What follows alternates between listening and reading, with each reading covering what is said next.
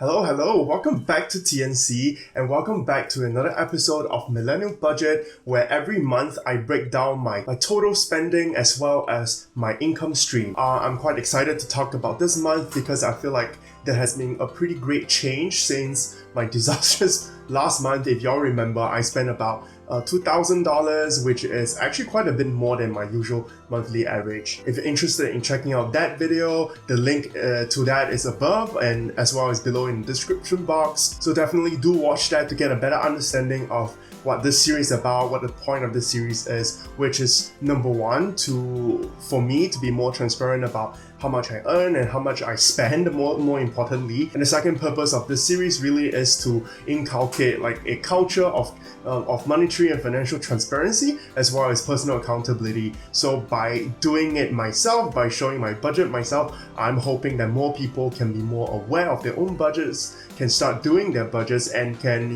feel more comfortable sharing about their own budget. And if you haven't seen my video on beginner's guide to spreadsheet budgeting, on creating a pretty comprehensive monthly budget in Microsoft Excel, if you haven't seen that video, please also remember to check that out. Again, the link is up here or below in the description box. A lot of the analytics that I talk about in this video, as well as the overall monthly millennial budgeting series, will be generated by the model and the formulas that I built into my spreadsheet. So I will teach you guys how to do that, how to start doing that in that video. Now, before we jump into my April budget, please go ahead and smash the like button. That will really help the channel to grow, and definitely subscribe to my channel for future contents that are relevant and very useful.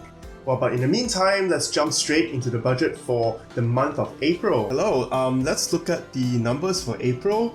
So for the month of April, the top line is I've spent $1,398, which is just slightly less than $1,400. This number to me, I guess it wasn't as good as I thought it was gonna be. I thought that maybe I will be hitting about 1,100 this month.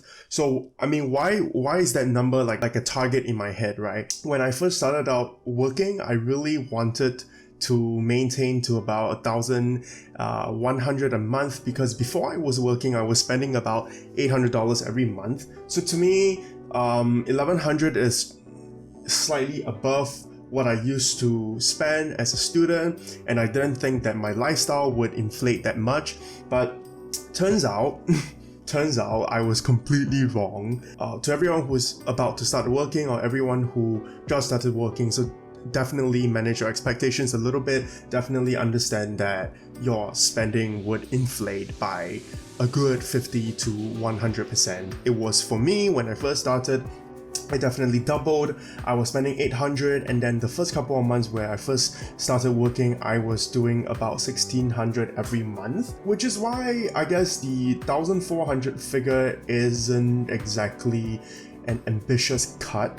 It is a good sizable cut from last month. It's down 32%, right? But realistically, it's only a $200 less than what I was spending when I first started working, and it is still $300 more than what I thought I would be doing this month. So the biggest cut definitely comes from the absence of any shopping expenses this month. Like I said last month, shopping isn't something that I do exactly every single month. I do it maybe once every quarter. I do it, whenever I feel like I have a need. And this month, with all the retail shops closed and me probably having not a lot of interest in online shopping, I didn't really incur any shopping expense at all. So that's good, because that cut me $672 from last month. It is a 100% drop from last month, which is good. So that alone probably accounts for the entirety, which means in other areas I probably didn't cut as much, which is quite concerning.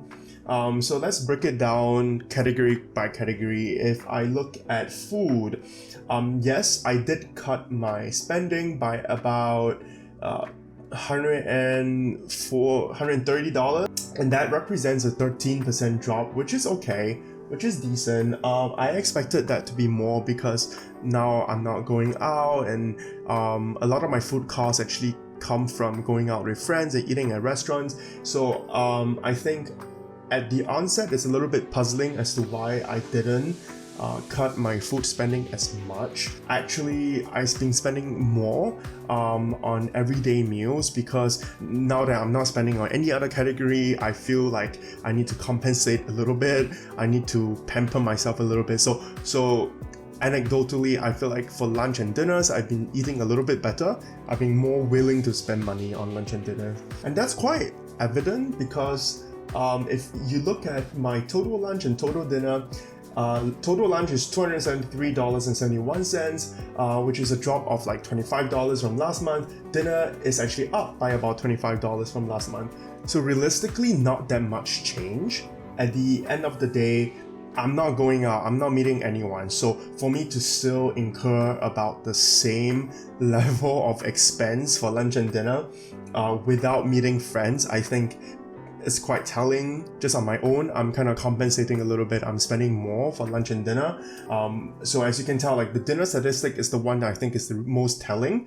It jumped up by $2 per day. That's quite a lot. That's like $60 a month. That probably speaks to how much leeway I'm giving myself when it comes to food during the circuit breaker. But honestly, that's the only thing that's like keeping me sane. Like I mentioned in my previous video, it's like therapy.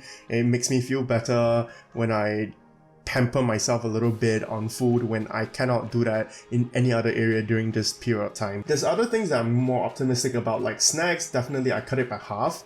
Almost half, it's like 42%. Coffee, because there isn't a good coffee place near my house, okay? That's literally the only reason. I've been drinking freaking powdered coffee, and nobody has to go through that, okay? Nobody needs to be subject to that. So definitely cut about a solid $50 for coffee, but for bubble tea, I actually increased a little bit from last month. Again, with food, I just feel like a bubble tea a day is the only thing that has been keeping me alive and mentally well, so you know what, I'll take it. Okay, great thing, I'm not moving around, so there's very little transportation cost there. Whatever cost I have there was at the beginning of the month before the circuit breaker kicked in, so very, very minimal, so I'm very happy about that. In terms of bills, there's like it's more expensive than last month because this month I also paid for the annual fees on one of my credit cards. Speaking of that, I'm so excited. Like in the next 2 weeks or so, I'm going to launch my credit card series where, I mean, that's literally the biggest reason why I wanted to start the channel. I love talking about credit cards. So yeah, I paid for the annual fees on my Amex reward card. It was $50 and I could have called in to waive it, but I was like, you know what, it's $50 and I just don't want to be caught up in like a 1 hour call with them just to waive the damn fee. And the odds of them waiving the fee for me was very low anyway, because that card, the rewards card, had a sign up bonus that comes with paying the annual fees. So there was pretty much no way I could wiggle myself out of that. So I paid it.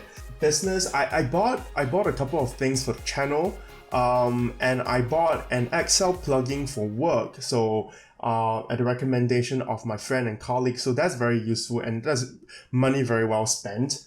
Health is just my usual gym membership. It's $35 a month, which I'm just paying for nothing this month because I was not able to use the gym this month. And I'm really looking forward to a resumption of that because that was like some sort of routine that was kind of keeping like the structural integrity of my entire life. No entertainment expense this month, very good, because you know, how do you get entertained when everything is closed? I also incurred $131 on education. So this was a 1-year masterclass subscription, which I think is pretty worthwhile. It was on a 1-for-1 sale, so I got it. I've always wanted to get it. So to me, I think that's Netflix, but like educational and probably a lot more productive and useful than Netflix. So I think that's money well spent, and it's only $131 for a year. That's like barely $10 a month. So here's a special thing. There's this category called travel. You might be wondering, hey, like it's freaking circuit breaker, nobody's going overseas. Why do I have travel expense. So what I did was I bought miles, and when I buy miles, I will put them under the travel category because to me that's expense that will eventually count towards some form of travel. So basically the three main ways of buying miles, very quickly I will go over them. One is when you pay an additional percentage as premium when you pay for things like tax, when you pay for things like insurance policies. So that's one. The second method of buying miles would be perhaps through paying a certain annual fee or premium with a credit card. So sometimes they have buy miles for this amount kind of promotion. If I feel like it's worth it, I would do it.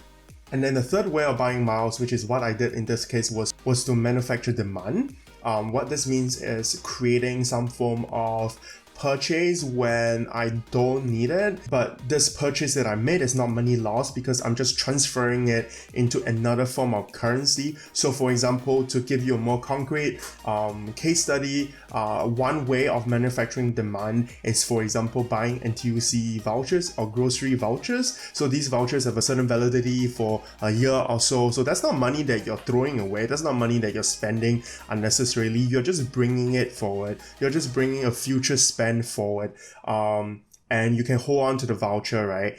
So why sometimes might you want to do that? You might want to do that because you have a certain minimum spending on a credit card in order to get bonus miles for a month. In some cases, you might not be able to hit it successfully. So that's what happened in this case, which is actually a very good deal because for this price, what I paid here, I essentially got enough miles to go to Bali and back on business class. So if you think about it, that is the equivalent of paying for a round trip to Bali on business class only for $153. So yeah, here you go. That's my budget for this month. So that's a wrap. That's my budget for April. As you can tell, yes, I did decrease my spending by over 30%, but that amount I feel like it's still not quite near where I want it to be. Sometime in the middle of the month, I saw my linear projection. It was going to be under $1,000. I was really happy about that, but in the end it didn't happen because I feel like even when you're stuck at home, even when you're not incurring costs from transportation, even if I'm not doing any kind of retail shopping, I'm splurging a little bit more on food than I should. I am, I guess in other words, also tightening my purse a little bit less when it comes to food because I feel like, you know what, I'm already not spending in anything else. Let me just compensate by splurging a little bit more on food, which kind of defeats the purpose of budgeting, right? But overall, there has been an improvement from last month, which was a very low bar to set. And what I'm hoping is that from now until June 1st, as the circuit breaker extends and continues, even in a slightly more modified form, I still hope to bring my overall costs down. I'm excited to see how my budget might look like in June. But in the meantime, if you have enjoyed this video, definitely remember to click the like button and also subscribe to the channel if you want more updates to the monthly Millennial budgeting series, as well as for other personal finance videos such as tips and tricks when it comes to Excel budgeting, spreadsheet budgeting. Once again, thanks for tuning in to TNC and see ya.